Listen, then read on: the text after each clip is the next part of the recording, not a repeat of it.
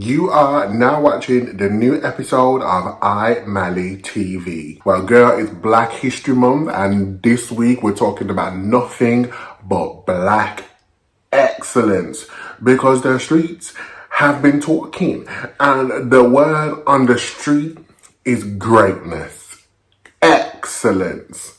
So let's get into this. This week on iMallyTV, because the streets have been talking. First things first, I have to tell you, you must watch The Woman King in cinemas. Now, black people, I know that we sometimes don't like to spend money on movies. We don't like going to the cinema. We don't like forking out money for unnecessary things. But let me tell you, The Woman King is necessary. For UK Black History Month, black people need to roll out in their families and watch this film. It's black excellence. I cannot stress enough how good this film is. It screams feminism, black power, black excellence. It's literally, I can't fault it. I have to mention Jordan Bolger. If there is a first trap, Jordan is it. I had to snoop through his Instagram profile to try and find out if he still got the hair. He shaved off his hair. But let me tell you this now, Jordan. If you are watching this, you need to grow back your hair. Grow back your motherfucking hair. Okay? That's what I have to say. The daughter in the film, I don't want to give too much away, but the daughter in the film, outstanding. I wouldn't be surprised if she won, not just nominated, but won Best Supporting Actress. Because let me tell you, her performance in this film, outstanding. I absolutely speechless. I can't say anymore. Outstanding. Lashana Lynch was in there. Her acting in this film, outstanding. Her character in the film, outstanding. What happens to her is heartbreaking, but at the same time, she did what she needed to do. Actually, as a matter of fact, all of the characters in the film did what they needed to do. You could tell that the way how they were acting and the way how they presented themselves in this film, you could tell that they weren't just acting because of who they are. And I don't mean to throw anybody under the bus, but in some films, you can tell that the actor is just doing this for their own personal gain. But you could tell that every actor and every actress in this film was acting because they were acting for black people. They were acting for us. They were showing us. They are acting for us. And that is the reason why this film is out fucking standing for Black History Month. I can't stress it enough. If the daughter in the film does not get nominated or doesn't win Best Supporting Actress, Lashana Lynch, she has to. 100% she has to, because her character in this film is very vital. She portrayed the character very well, and to be honest, without her, she made her role. She was her role. So without her, I don't know where the film would have been. I'm being honest. John Boyega was in his fucking bag. His accent was 10 out of 10. His stance was 10 out of 10. He was acting. He embodied a king. He is a king. But he embodied it in this film. And he's... Can you guys just go out and go watch the film? Overall, I did give the film an 8.5 out of 10. And every film has its own criticisms. And the reason why I gave the film 8.5 out of 10 is because Viola Davis' accent, her African accent just didn't sit well with me. Like, it wasn't authentic enough. Like, all the rest of the actors had the accent down packed. But for me, I don't know whether it's because I watch a lot of things that feature Viola Davis, but for me, the accent just wasn't nailed. It really wasn't nailed. I need you guys to go out and watch this month for Black History Month. And then when it's gone and taken out of the cinemas, I need you guys to still fucking watch this, because this is for the history books. Bring back my girls. Manchester Mannequin, no bad panicking. So Drag Race Season for episode 3. I think it's episode 3 or episode 4. One of them. I can't even remember. Anyway, reviewing the episode. So, girl, this week it was a sewing challenge. They had to make their own costumes. Smitty, whatever her fucking name is. I genuinely thought she was going to be outstanding in this challenge, and I was very surprised. Well, it's called a challenge, but I was very surprised at that she, at the start, was very defeated by this challenge. And for me, this is just food in the fire that she is just a very mediocre queen for me. And I do have a little bit something against the look queens, because recently, if you are a real fan of Drag Race, you will see that all of the look queens are not actually outstanding drag queens, and she just isn't an outstanding drag queen for me. And also, I do have a little bit of malice towards the last person that won Drag Race, who was a look queen. And for me, she was a very mediocre queen. So I do have a little bit of malice towards Smitty because she's a look queen. However, Likkle carried this fucking challenge for Smitty. If Smitty wasn't partnered with Likkle, I got a feeling she would not have won the challenge, because Likkle built her up. She carried her.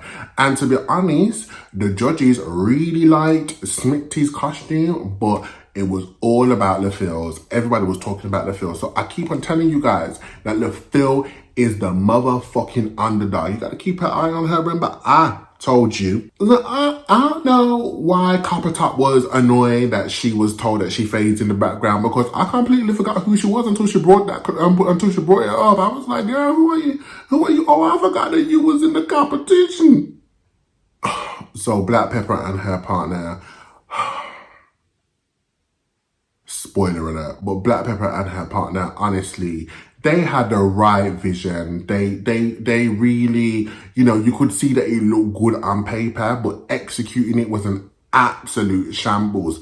And when they hit the runway, I was like, what in the shredded mess is this? It's a shame. I mean, it's a shame that Black Pepper had to lip sync, but at the same time, she fucking ate that lip sync. When she said she weren't going home, she generally meant, I am not going home.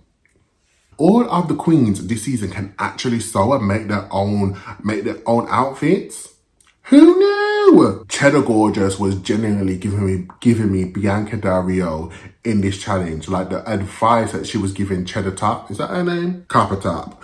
The advice that she was giving Copper Top in this episode was absolutely outstanding, and she was giving me Bianca Del Rio. Apart from Likkle, I do think that Cheddar Gorgeous could be another underdog within the season. Oh my god, who knew that Coffee and Pixie were dating? Because I motherfucking didn't. Who was the top? Questions that need answering. I mean, I know we're living in 2022, but I know that nearly everybody's versed these days.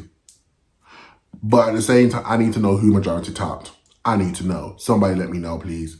Not Cheddar Gorgeous saying that he was dumped because he's got no eyebrows.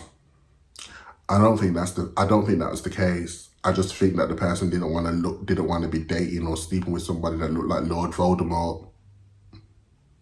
It was very interesting in the workroom when they were talking about dating in the drag scene, because me personally, before I actually watched Drag Race, and it was only recently that I started watching Drag Race, it was due to the COVID lockdowns why I started watching Drag Race.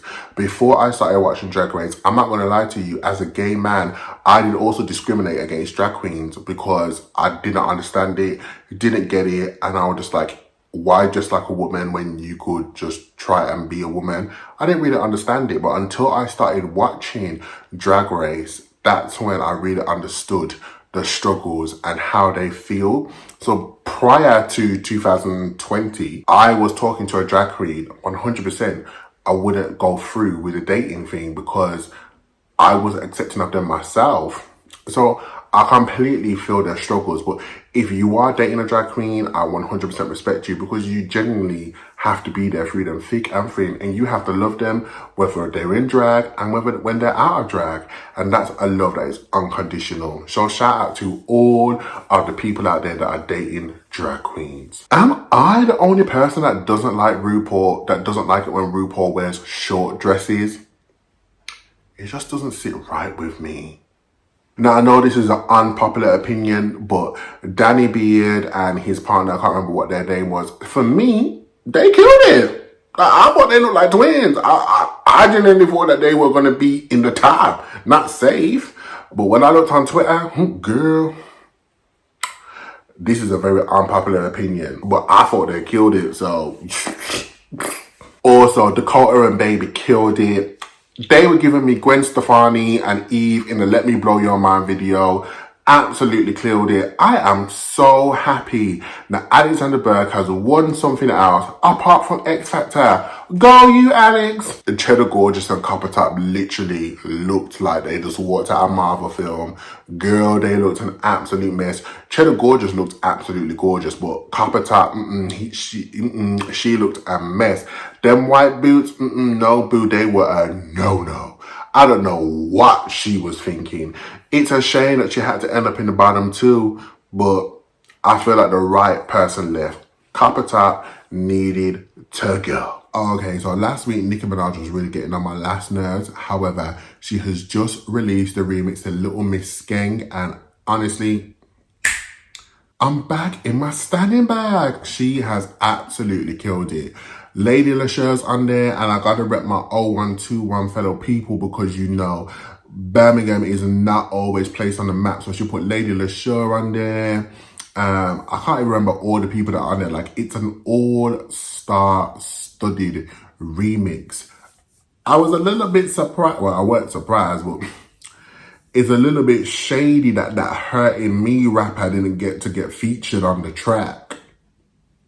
But listen, this week New Music Friday has been a little bit dead, but what you definitely need to make sure that you listen to is the Little Miss Skeng remix. It will not disappoint. That is me over and out. Thank you for watching.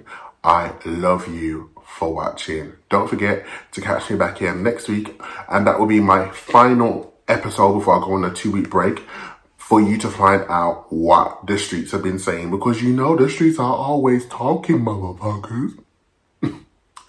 Like, comment and subscribe and share. Don't forget to follow me on Instagram, search at iMallyUK. Follow me on TikTok at iMallyTV. Subscribe, follow me on Twitter at iMallyUK. Search for me on Spotify at iMallyUK. I love you for watching. Thank you for watching.